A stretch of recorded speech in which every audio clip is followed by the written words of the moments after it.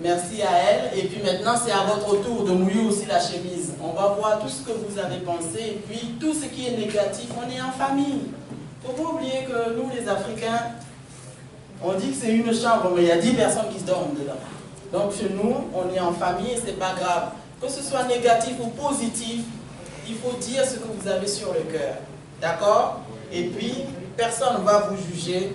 On est là. Même moi, que vous voyez là, que là, mon français, que là n'est pas terrible. Mais pourtant, je parle. Ah, c'est ça, c'est un problème. Donc, qui est-ce qui veut prendre le micro? Ah! Les Antillais sont là. On va lui donner le micro. Grand frère, c'est à toi. Il faut parler. Merci.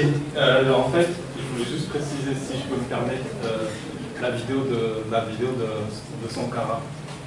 Quand il parle de l'excision, je ne suis pas là pour légitimer l'excision, loin de là. Je voulais expliquer en fait que l'homme, quand il a fait ça, à la base, l'homme africain, quand il a fait ça à la base, c'était pas pour emprisonner la femme, la sexualité de la femme, c'était pas ça. Quand on prend l'ontologie spirituelle de la chose, l'homme, le Dieu tout-puissant des Africains, j'ai bien dit des Africains, des Noirs, des Caribéens, peu importe, le Dieu tout-puissant des Africains, il est mâle et femelle. Donc, il a créé l'homme. Quand il a créé l'homme, étant donné que l'homme était sa créature, c'est compliqué à expliquer brièvement, étant donné que l'homme est sa créature, il ne pouvait pas être duel aussi. Et pour les Africains, la dualité se retrouvait dans le sexe aussi bien de l'homme que de la femme. Donc là, on en vient ensuite à la circoncision et à l'excision. Ils pensaient que c'était la même opération. Ils se sont trompés, on est d'accord. Mais, donc, pour l'homme, on retire la partie femelle du sexe de l'homme. Pour eux, ils pensaient que ça engendrait des dualités dans l'homme et des dualités dans la femme. Des dualités au niveau du sexe, je parle bien. Et donc, ils retiraient la partie mâle aussi du sexe de la femme. Donc pour eux, ça avait une signification spirituelle et ils ne pouvaient pas continuer à être duels jusqu'à aujourd'hui. Certaines spiritualités continuent à faire ça malheureusement, mais je pense bien faire. Il faut vraiment connaître, les spiritualités pour savoir ce qu'ils sont en train de penser. Après, oui, effectivement, il y a eu des dérives avec la colonisation, tout ce qui a été déjà dit. Les religions ont repris ça également, mais à la base, des bases, c'était pas fait pour ça. C'était pour rectifier le tir, on va dire. Je caricature, mais c'est à peu près ça.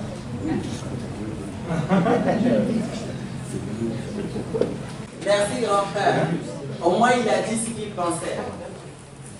Est-ce que quelqu'un d'autre... Ah, notre grand frère. Dieu j'aide, hein? Non, mais en fait, ce que le frère vient de dire, on peut le compléter aussi en disant que on ne peut pas comprendre en fait l'excision sans la circoncision. L'explication aujourd'hui de parler de l'excision sans la circoncision est une méconnaissance de l'histoire. Et Sankara, quand il parle aussi, il reprend ce que les gens comprennent de l'excision. Mais fondamentalement, il y a tout un processus qui consiste en fait, par les anciens, hein, qui consistait à dire que lorsque les enfants naissent, ils sont entre guillemets hermaphrodites en quelque sorte. C'est-à-dire que c'est la notion de l'androgynie qu'il fallait enlever chez les êtres humains à un moment donné, quand ils passent dans la vie adulte. Chez les hommes, les garçons, on fait la circoncision, on enlève le côté femelle pour qu'ils basculent définitivement après cette cérémonie de, entre guillemets, on parle de bois sacré, cette cérémonie de passage de l'âge mineur à l'âge adulte, on enlève aux garçons le côté féminin et à la fille le côté masculin qui consiste en fait à faire l'excision. Évidemment, avec les développements aujourd'hui de la médecine et autres et tout, on comprend bien que ce sont des mutilations énormes.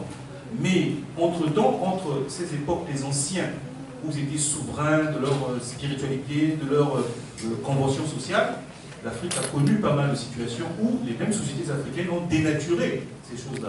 donnant des explications assez farfelues sur le plaisir de la femme, sur le plan sexuel. Ça n'a strictement rien à voir avec... si ces sociétés-là avaient fait ce travail de compréhension initiale, ils n'auraient pas en fait légitimé ces explications aussi absurdes du plaisir qui n'a strictement rien à voir, d'autant plus que les deux opérations sont des mutilations. Quand vous faites la circoncision, c'est aussi une mutilation. Ça ne reste pas moins une mutilation corporelle, au fond. D'accord ? Il faut appliquer ça sur les deux. Aujourd'hui, on comprend mieux la circoncision parce que sur le plan médical, c'est aussi paradoxal. Hein, il y a des expériences médicales qui considèrent que la circoncision n'est pas bien, et des expériences médicales qui considèrent que c'est bien. Mais on fait moins de bruit sur la circoncision que sur l'excision, en fait. Surtout que, comme je l'avais dit, l'explication de base est mauvaise sur le plaisir. C'est pas ça l'explication de base. Donc c'est cette dénaturation qu'il faut absolument condamner de la part des sociétés africaines qui ont connu des dérives à ce moment-là. Donc évidemment, nous devons regarder ça aujourd'hui avec les regards, avec l'intelligence que nous avons actuellement pour pouvoir appréhender ces choses-là, encore une fois, intelligemment, bien sûr. Voilà ce que je peux dire sur ce point, évidemment. Donc, si j'ai bien compris, enfin, moi j'ai toujours pensé que la circoncision ne faisait pas du tout de mal à un homme. Si, ça fait mal. Mais on n'a pas le droit de crier quand on le fait. Non, quand on le fait, oui, ça fait mal. Mais ça ne lui s'enlève rien du tout à l'homme. Ah oui, non. Au Oui. contraire, c'est mieux. Voilà. On va pas rentrer dans la polémique. Non, on va pas rentrer. Mais c'était juste pour moi. C'est pour moi aussi, hein, parce que j'ai 3 enfants, 2 garçons. Hein? Et ils ont été circoncis, donc vraiment. Non, il faut le dire. Hein? Mais ils n'ont pas de problème de santé donc du coup. Hein? Bon, on va passer à autre chose. Quelqu'un a des questions? Oui, il y a des questions. Hein? Oui. On vient d'où? On vient du Sénégal. Ah. Doudou nous a torturé la dernière fois. On a un Sénégalais en j'espère que tu ne vas pas nous torturer. Ton frère nous a torturé. Même moi, quand j'étais traumatisé. Hein? Ouais, bon. Donc, grand frère, à ton tour. En fait, ce qui m'a un peu étonné, en fait, je ne savais pas que cette association existait, c'est qu'entre, je crois que peut-être c'est volontaire ou involontaire, mais vous avez oublié Taubira. Parce qu'on est en France, on est ici, et Taubira n'a pas figuré parmi nous. Moi, j'aurais aimé peut-être qu'on parle d'elle. Oui, grand frère, parle d'elle. Oui. Toi, tu parles d'elle. Voilà. Oui. Parce que tout simplement, je crois que quand elle a fait, peu importe ce qu'on pense, quand elle, à un moment, elle fait l'objet d'insultes assez graves, quand même, ça va dépasser les intérêts personnels ou politiques, etc. Là, ça doit être une insulte qui a porté atteinte à toute une communauté. Donc, à mon avis, je comprends votre combat, mais j'aurais aimé vous entendre à cette époque-là. Voilà, une sortie, je ne sais pas, une démonstration ou un truc, parce que c'est là que quand vous prenez le parti de ne pas parler d'elle, je comprends, mais peut-être à un moment fois, c'est dépasser justement ces clivages personnels ou politiques, justement, parce que politique, on peut dire politique, parler des affaires de la cité, ou politique, parler de ses opinions personnelles. Et à mon avis, à un moment, il fallait parler un peu de politique, être au-dessus justement de toutes ces opinions personnelles, et justement nommer une dame comme Taubira. Moi, je porte un respect énorme pour elle, peu importe ses pensées ou pas, parce que quand, par exemple, je vais vous donner un exemple sur elle, il y a eu une loi qu'elle a voulu faire passer sur les accidents de la circulation. Elle voulait dépénaliser les délits sur le défaut de permis, le défaut d'assurance, etc. Elle a voulu le faire passer hors tribunal. Ça fait un tollé incommensurable.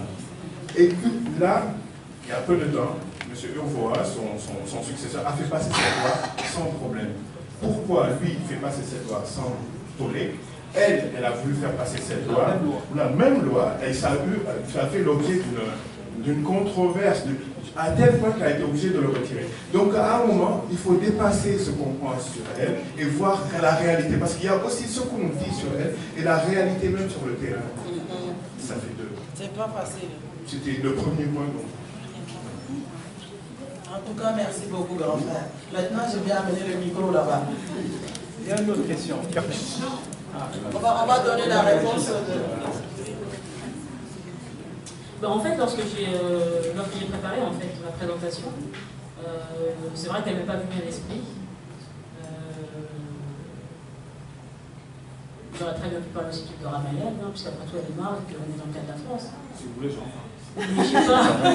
Mais c'est vrai qu'en fait, j'étais plus en fait dans une dynamique en fait où parle. Non, c'est vrai que j'ai pas. Parce qu'après tout, c'est quand même grâce à elle en fait. Hein, on a la loi sur l'abolition de l'esclavage. Mais c'est vrai que j'ai pas. On vit en France. Ouais, non, ouais, mais. Au lieu de parler d'Afrique, peut-être parlons déjà de nos réalités. L'Afrique aussi, c'est une réalité. Hein. Même en filigrane, on n'a peut-être pas forcément l'impression, mais ça a un impact sur notre vie quotidienne au quotidien. Non, pas une fille, au quotidien. Là, ce micro est pour toi, mais d'abord, on est d'où? Et je vais t'impressionner, je vais saluer les gars de l'ego. Et Côte d'Ivoire est là. Non, moi je suis de la Réunion. Mais on est pareil, on est pareil. Donc, à toi. je voulais poser la question parce qu'elle n'a pas arrêté de parler de la Caraïbe, donc moi je suis de la Réunion. Merci. Et pourquoi est-ce que vous dites la Caraïbe et pourquoi est-ce que vous ne parlez pas de l'océan Indien? Parce qu'il y a Madagascar, il y a la Réunion, il y a Mayotte.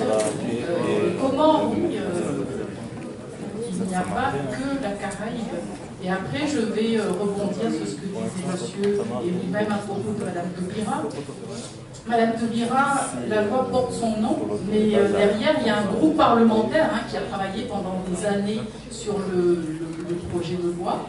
Et dans cette équipe, il y avait aussi des Réunionnais et d'autres personnes françaises de l'Hexagone, du territoire métropolitain.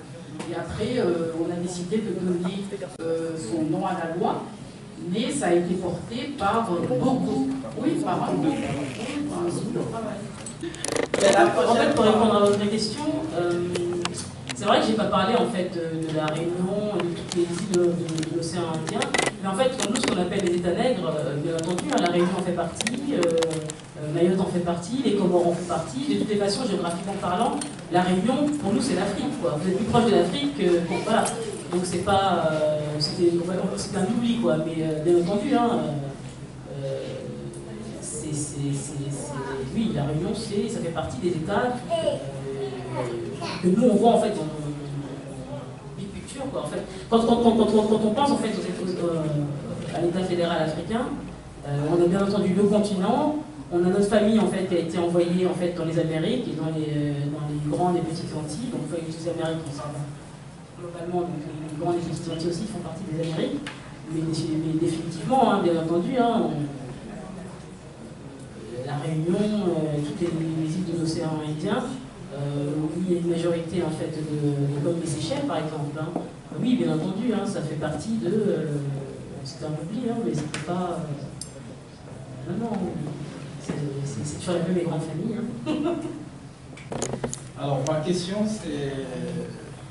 ça va directement à l'une de vos évocations concernant l'Union africaine, principalement, et le projet de Bodian d'adopter une langue nationale unique. Alors, on sait que Haïti aujourd'hui demande son intégration à l'Union africaine.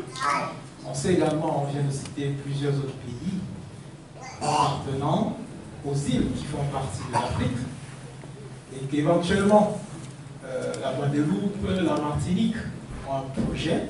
Leur projet, à moins que je me trompe, en tout cas c'est ce que j'ai pu entendre, c'est d'être des pays indépendants. Et s'ils venaient à intégrer l'Afrique, l'Union africaine, à l'avenir, que dites-vous de l'identité nationale ou culturelle, principalement, qu'ils défendent aujourd'hui, c'est-à-dire la langue, qui, ma foi, deviendra en quelque sorte une difficulté dans le cadre d'un tel projet. Comment que me répondre? Non, enfin, je vais peut-être répondre. C'est que, pour nous, ce n'est pas un problème. La langue n'a jamais été un problème, sauf par rapport à ce que le colonisateur nous a mis dans la tête. nous ne parlions pas anglais ni français il y a quelque temps. Ça a été fait de façon violente avec la colonisation. Mais sur le plan politique, il n'y a aucun État qui ne parle qu'une seule langue, ça n'existe pas au monde. Il n'y a aucun État mono-ethnique, ça n'existe pas au monde non plus. On n'est plus non plus obligé d'avoir des frontières contiguës pour faire un État. Des exemples, la France aujourd'hui est un territoire qui va au-delà des océans, par l'héritage, la colonisation bien sûr de l'Empire français.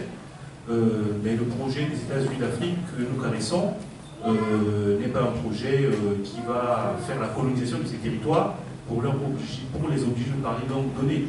Non, nous on parle de langue commune. La langue commune, qui est le Swahili, ne veut pas dire que les autres langues vont mourir. Au contraire, toutes ces langues doivent continuer au niveau de ces territoires parce que ça fait partie de nos... Ces langues sont des réservoirs de culture, de philosophie, tout ce qu'on veut. Il faut comprendre que le projet français de l'État français, l'État central français, est un projet quasiment unique au monde. Les Franciliens ont dominé les Girondins. Ici, au sud-ouest, il y a encore des populations qui se disent, qui se battent, les Français, hein, bien sûr, contre la colonisation des Franciliens. On le sait ici en France. Sur la question des langues, on ne va pas reproduire ces erreurs-là. L'État jacobin français n'est pas un modèle. L'État fédéral que nous caressons, dans son essence fédérale, c'est déjà la protection des diversités, en fait. Les États-Unis d'Afrique que nous caressons n'est pas incompatible avec le fait que l'on puisse parler créole ou lingala ou yoruba ou pas du tout. Mais on a besoin, dans le cadre d'un État, d'une langue commune. Cette langue commune n'écrase pas les autres, au contraire, permettra ces langues. Il faut une politique active pour que les langues, d'ailleurs la France l'a compris il n'y a encore pas très longtemps, on commence à financer la promotion des langues régionales en France. Alors que c'était un tabou en France, faire l'État français, jacobin, il fallait supprimer, c'était ça le cas de le dire. Et nous avons subi ça en Afrique. Il s'était interdit de parler de langue dans certains espaces publics. Considérer que ce modèle n'est pas un bon modèle au fond. L'État fédéral africain n'a pas de problème de frontières contiguës, l'État fédéral africain n'a pas de problème de langue, c'est un projet politique. Et ce projet politique se fonde d'abord sur notre histoire commune avec tous ces territoires-là et sur la façon d'envisager l'avenir ensemble aussi. Puisque, quand on le veut ou non, ces territoires-là subissent aussi la faiblesse de l'Afrique. Disons-nous les choses entre nous. Si l'Afrique était forte, peut-être à moins qu'on se trompe, aucun phénotype noir dans le monde ne serait vu de façon négative. On voit bien les Européens, quand on est de phénotype européen dans le monde, on est plus ou moins respecté. Disons-nous les choses, même si on peut se cacher derrière les valeurs républicaines et tout ce que vous voulez. Bien parce que l'Europe est forte, les États-Unis sont vus comme une quantité de l'Occident. On ne voit pas les États-Unis comme étant un État fort des Africains ou des Noirs américains. Il faut se dire la vérité aussi. On peut beau se tromper, c'est-à-dire que la condition des États que nous considérons comme des États nègres dans le monde, Jamaïque, Haïti, sera regardée autrement le jour où l'Afrique sera forte. Parce que naturellement, ils se tourneront vers l'Afrique, puisque ce sont leurs voisins, leurs cousins, leurs ancêtres, ainsi de suite. Ils vont chercher sécurité vide auprès de l'Afrique. Et d'ailleurs, le regard des autres changeront sur ces territoires-là. Parce qu'ils verront tout de suite que l'Afrique peut apporter protection à ces territoires. Vous verrez, ça va être un changement de paradigme extraordinaire. C'est pourquoi nous avons intérêt à créer les États-Unis d'Afrique. Parce que nous avons une responsabilité sur tous ces territoires à travers le monde. Il faut vraiment être conscient de ça. Alors, quand on a dit ça, ça ne veut pas dire que nous faisons un combat racial. Pas du tout. C'est un combat politique. Donc, Guyane, Martinique, si demain les conditions sont réunies, c'est un projet politique. Je me permets tout simplement de vous dire que je pense que l'ambition de LPU est très intéressante parce que tout simplement, à chaque fois que la civilisation elle dominait aux colonisations, justement elles empêchaient l'autre de parler sa langue. Donc du point de vue de la langue, ce serait très intéressant parce que ça va motiver toutes ces personnes-là à avoir un sentiment d'unité. Et une langue, au fait, comme l'anglais, donc ma langue qui n'est pas ma langue première, on nous l'a imposée chez moi, c'est une langue véhiculaire, c'est-à-dire que c'est une langue qui permet à des personnes de différentes communautés et cultures de communiquer. Donc je pense que cette ambition d'LPU est très intéressante parce que vu que nous tous, au fait, on a des cultures au final on vient du même endroit, mais on a des cultures différentes, ça va tout simplement nous permettre d'avoir la même vision. Donc, regarder vers le même avenir. Voilà, donc ça serait tout simplement une langue véhiculaire. Voilà.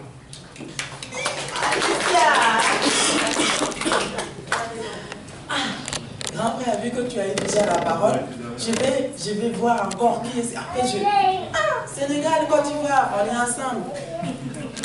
Qui est-ce qui va prendre la parole? Jolie fille, grande sœur, à toi. Il faut quand même que tu présentes d'où tu viens et tout ça. C'est important pour nous. Ben voilà.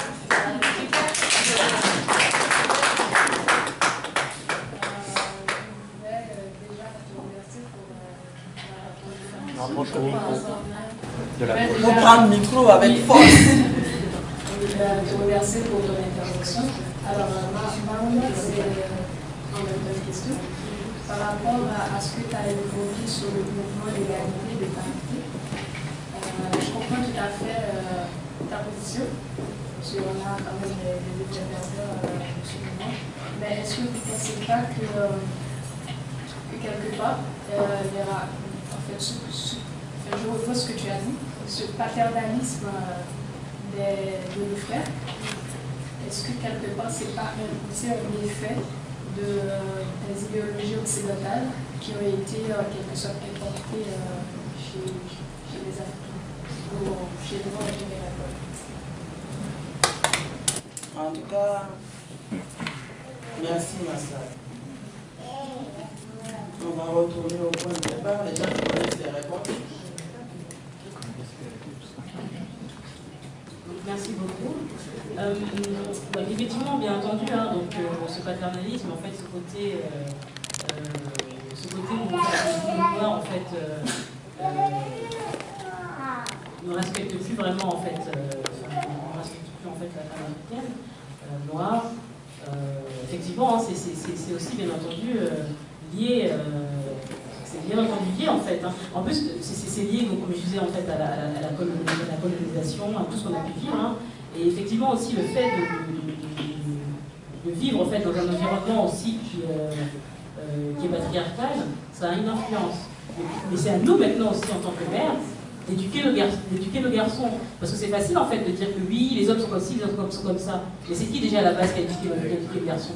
Si nous en tant que femmes, on n'apprend pas à nos fils de respecter la femme en tant que telle, ils vont pas la... Enfin, je sais pas, c'est quelque chose en fait c'est normal quoi. Enfin, non, c'est pas normal, mais c'est à nous en fait de prendre cette responsabilité. L'éducation en fait c'est quelque chose qui est vraiment primordial et qui est très importante. Si nous en fait on ne prend pas cette responsabilité au sérieux, et qu'après nos fils ils grandissent et qu'ils deviennent des dictateurs ou des hommes qui ne respectent pas la femme, nous aussi on a une responsabilité là-dedans. Donc même si on vit dans un environnement en fait qui ne met pas forcément la femme, qui n'avantage pas la femme, je pense que c'est à la maison en fait que ce combat il va être mené. Donc nous en tant que femmes on a cette responsabilité, on a ce pouvoir. C'est pas une fatalité.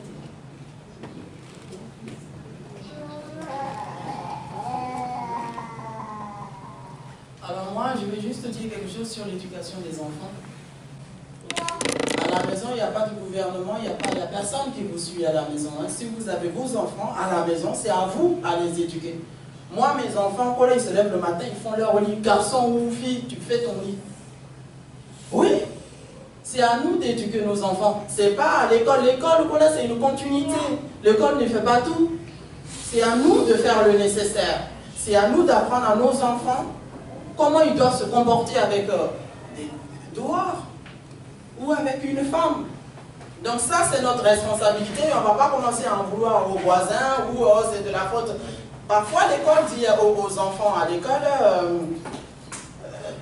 si vos parents vous touchent, voilà, il faut le signaler. Et comme ça, moi, mes enfants, ils sont venus à la maison me le dire. Hein. Oui. Et ils ont regretté. Oui.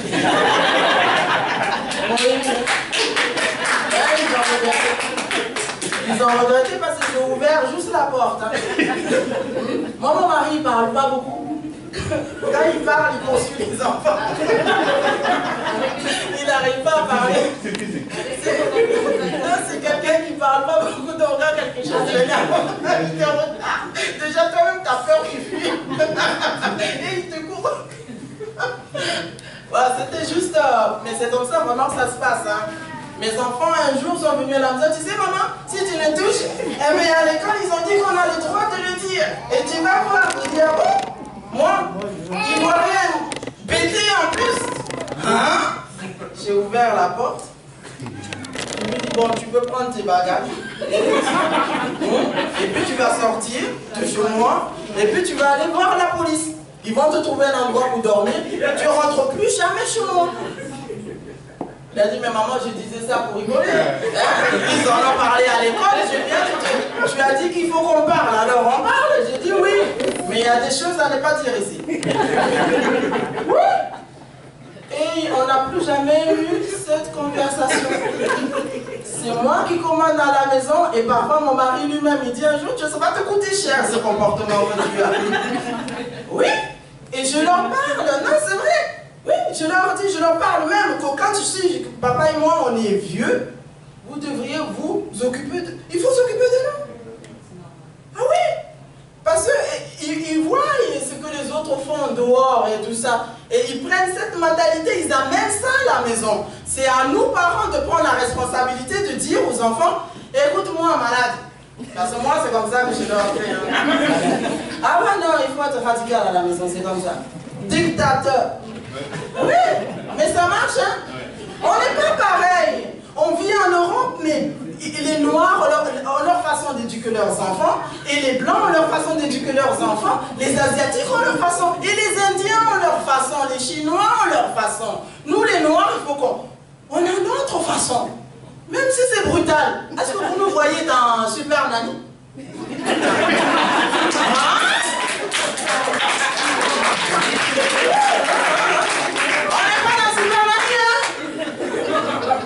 Super Nanny ne va pas venir chez moi.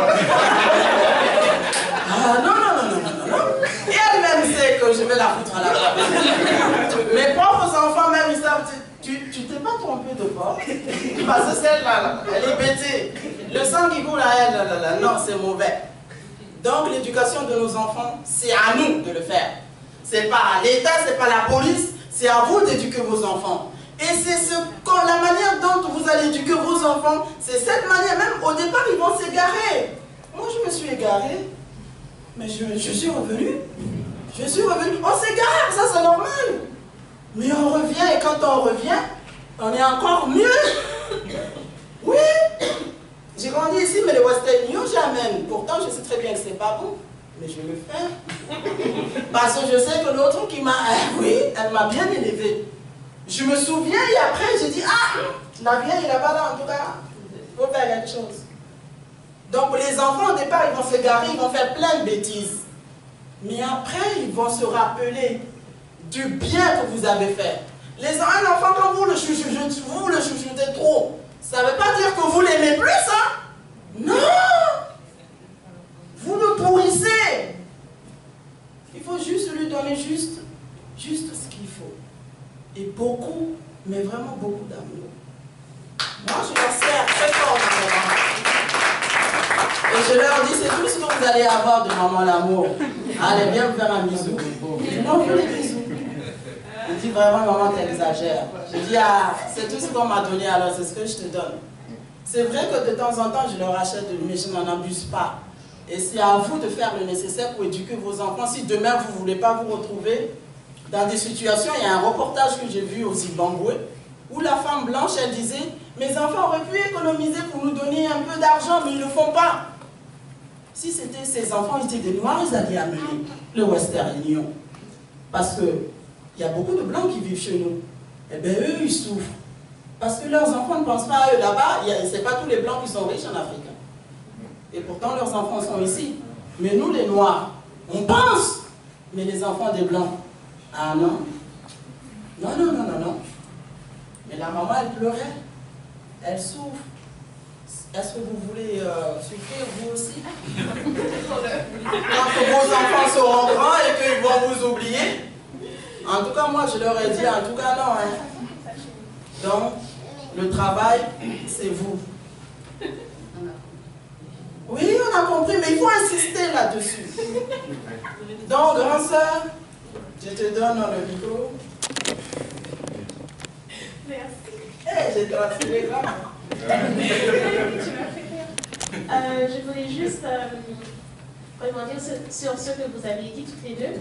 En fait, sur le point de l'éducation de nos enfants, il faut que le non-dit s'accorde avec le dit. C'est pas uniquement parler, parce que c'est vrai que oui, on peut parler, bien dire à nos fils, mais il faut respecter la femme. Mais si toi, en tant que mère, tu ne te mets pas avec un homme qui te respecte, ton fils, il ne va pas apprendre à respecter une femme. Ça ne passe pas uniquement par les paroles. Il faut aussi que les actions s'y accordent. Là, on a vu... Non, là, on a vu que les femmes noires, elles se sentent bien en famille, mais elles ne se sentent pas bien en couple. Elle a dit, je pense que c'était esclave, opprimée, tout ça. Comment on peut ne pas être bien en couple, mais se sentir bien en tant que mère? On peut éduquer nos fils, c'est vrai. Tu peux éduquer ta fille, mais qu'est-ce qu'elle va avoir? Elle va avoir papa qui ne respecte pas maman. Elle va prendre ça pour le normal, c'est ce qu'elle va reproduire. Elle va voir maman pleurer ou quoi que ce soit, c'est ce qu'elle va reproduire. Maman doit parler, maman ne doit pas se taire. Si maman parle à ses enfants, l'enfant va comprendre tout. Je ne dis pas qu'il ne faut pas parler. Je dis que ce que l'on dit doit s'accorder avec ce que l'on fait. Il faut être l'exemple. Si tu veux que ta fille soit sérieuse, ben, il faut que toi aussi tu sois sérieuse. Si tu veux que ton fils respecte les femmes, ben, toi aussi il faut que tu te respectes, quoi. Ça passe par les actions. Il faut que nous, en tant que femmes, qu'on se mette avec des hommes qui le méritent, qui sont dignes, et aussi qu'on soit des bons exemples pour les filles. Ça ne passe pas uniquement parce qu'on a, franchement, surtout nous les Noirs, on adore parler, on adore menacer et tout ça, on adore par la parole, ça passe très bien par la parole. Je ne dis pas que c'est pas négatif, mais il n'y a pas que ça. Parce que sinon, si c'était le cas, on ne serait pas ici aujourd'hui. On n'aura pas tous ces mots sur le tableau qu'on a vu. On se sent dévalorisé. Et pourquoi? Parce que ça se reproduit. C'est la reproduction sociale et ça passe par quoi? Mais on est dévalorisé. C'est tout ce qu'on voit. En tant qu'enfant, tu vois un enfant, un gamin de 2 ans, il comprend beaucoup mieux ce qu'il voit que ce qu'il entend. Hein? Oui, et ça commence très tôt. Tu vas commencer à parler à ton fils à l'âge de 13 ans, mais les 13 premières années de sa vie, qu'est-ce qu'il a vu? T'étais où là-haut? Qu'est-ce qu'il a vu à la maison? Qu'est-ce qu'il a vu dans le foyer? C'est par là que ça passe. C'est par là que ça commence. Il faut vraiment... pour moi, l'éducation, ça commence pas quand on peut parler. Parce que c'est pas tout le monde qui sait communiquer correctement. C'est pas tous les parents qui ont toujours les bons mots. Mais si tu as un parent exemplaire, tu as des parents exemplaires, tu as une communauté exemplaire, eh bien, tu sauras reproduire les bonnes actions. C'est pas uniquement par les bons mots, c'est savoir faire exemple. C'est ce que je voulais dire. Ah ouais, notre sœur Kassama, les intimes Kassi, elle a parlé. Notre sœur va se présenter. Alors moi je suis française et je suis maman aussi et j'ai éduqué seule mon enfant. Mais ce qu'il y a, c'est que je suis entièrement d'accord avec ce qu'elle vient de dire. C'est-à-dire que l'exemple aussi, c'est nous à le donner. Que c'est à nous de reproduire, que quoi qu'on soit, on ne sera jamais un parent parfait, quoi qu'il en soit. Ça c'est vrai. Voilà. Qu'on essaye de faire comme on peut, c'est surtout cela, plus que comme on veut parfois. Ouais. Moi j'ai mon fils, il a 25 ans au jour d'aujourd'hui, mais je trouve que parfois il est aussi un petit peu anti-femme, alors que j'ai élevé toute seule. Alors que il a tellement pris l'habitude que ce soit maman qui fasse tout, que voilà, donc il a une image de la femme un peu particulière aussi. Et que je pense que des fois ça n'a plus rien à voir effectivement ni avec la race ou ni le pays, quoi que ce soit. L'apprentissage de respect de l'autre, c'est partout. Et que ce soit pour les anciens ou pas, c'est partout. C'est vrai. Moi, j'ai essayé d'éduquer mon fils dans ce sens-là et il a toujours respecté sa mamie, il a toujours respecté... il y a encore 3 ans, il me disait qu'il avait, avec des collègues, creusé un trou de 1m70. Je lui ai dit, tu fais 1m73, c'est presque ta taille. Pourquoi tu t'es pas fait aider? Il m'a dit, maman, tu sais, je travaillais avec quelqu'un qui va partir à la retraite qu'à 60 ans. Je ne voulais pas l'embêter. Donc je pense que s'il arrive à dire ça, c'est qu'il sait qu'il y a aussi le respect des personnes anciennes et que c'est venu aussi parce que plusieurs fois j'ai eu des conversations et j'ai eu des attitudes par rapport à ça. Voilà. Donc je crois que ça c'est dû à tout le monde. Et je rajouterais que j'ai travaillé dans les écoles maternelles et que je trouve que c'est très important de dire aussi qu'il y a beaucoup de parents qui arrivent en pensant aussi que l'école va faire tout. Voilà. Et que ça, je suis désolée. Mais si un enfant se trouve après dans la rue, comme j'ai entendu dire, à 13 ans, des parents qui disent « ils ne m'écoutent pas », ben oui, parce qu'ils auront été éduqués par tout le monde, sauf par les parents. Alors pourquoi vont-ils écouter les parents à 13 ans s'ils ont déjà été mis du matin au soir à 2 ans à l'école? Donc je pense que c'est vrai que ça concerne tout le monde, ça concerne les parents d'abord. Et quitte à ce que tu disais aussi, même moi qui suis française aussi, je ne suis pas forcément d'accord avec ce que dit l'éducation nationale, on n'a pas le droit de toucher aux enfants. Voilà. Merci beaucoup. Merci beaucoup. On va encore prendre et après, on va passer à notre grand frère parce que l'heure tourne, le débat est... Alors, c'est pas une question, c'est encore une remarque. Je pense que, au fait, ce que... Tu es comment, Alicia? Je pense que c'est très important ce dont les 2 femmes viennent de parler. En fait, elles viennent de parler de corrélation. Donc, la première fois que j'ai entendu parler de corrélation, c'était en économie. C'est-à-dire la différence, ou plutôt la cohérence entre 2 mouvements. Voilà, je ne sais pas trop comment donner plus de définition à la chose. Mais je pense qu'effectivement, lorsqu'on est parent, il faut faire énormément attention. Je ne suis pas maman, loin de l'être, mais il faut énormément faire attention entre les valeurs qu'on vit et les valeurs qu'on affiche. Je vais prendre un exemple grossier, par exemple une mère qui est dans une relation polygame et qui regarde sa fille pour lui dire n'épouse pas un homme polygame. On est bien d'accord que c'est paradoxal. Mais oui, c'est paradoxal. Parce qu'au fait, elle a affiché à sa fille qu'elle a été heureuse toute sa vie dans cette situation. Donc comment dire ensuite à sa fille de refuser ça? L'enfant, il est perdu, quoi. Et c'est très important. Et ensuite, je rebondis sur ce dont la femme elle a parlé. L'éducation académique, et ben moi aussi je déplore cette situation. Je pense que trop de parents, ils se reposent sérieusement sur l'éducation académique, alors que moi je pense que les motivations de l'État, c'est d'avoir des moutons. Donc peut-être que j'y vais trop fort, mais la motivation de l'État, c'est d'avoir des moutons, c'est-à-dire des personnes que tout au long de leur éducation, au fait, on les a formatés à obéir. Et personnellement, j'ai observé que les gens, par exemple, du gouvernement, Ramayad, noir ou blanc, quoi que ce soit, par exemple, les programmes scolaires qu'ils mettent en place pour nous, les pauvres en général, c'est pas du tout le même programme scolaire qu'ils adaptent pour leurs enfants, parce que je vous fais remarquer que leurs enfants sont dans des écoles privées, et que ces écoles-là, leur motivation sont les suivantes, c'est-à-dire faire en sorte que leur enfant soit parmi les meneurs de demain. Les élites. Voilà, l'élite.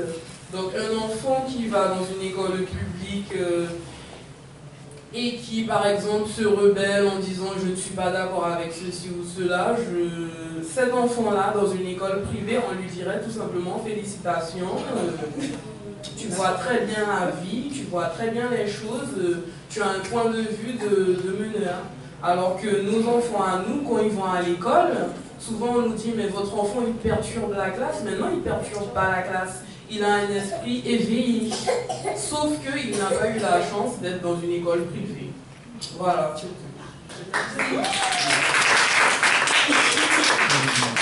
Aïcha.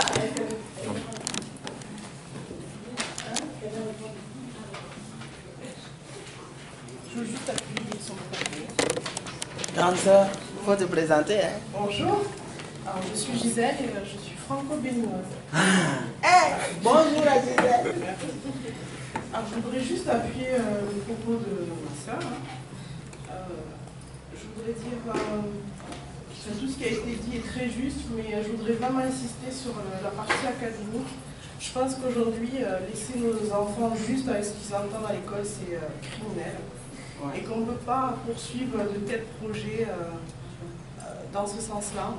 Donc il est urgent que ce soit individuellement à la maison ou collectivement en s'appuyant sur une association ou un regroupement quelconque, il faut absolument mettre les outils qui existent, et il y en a très nombreux à la disposition de nos enfants pour qu'ils ne soient pas comme nous. Ils attendent parfois d'arriver à 30 ans avant de savoir ce qui se passe dans le monde. C'est vrai, ouais. C'est vrai. En tout cas, merci beaucoup. Elle a tout dit. Hein. Ah, elle a tout dit. De ce côté-là, il n'y a pas beaucoup de prise de parole. Hein.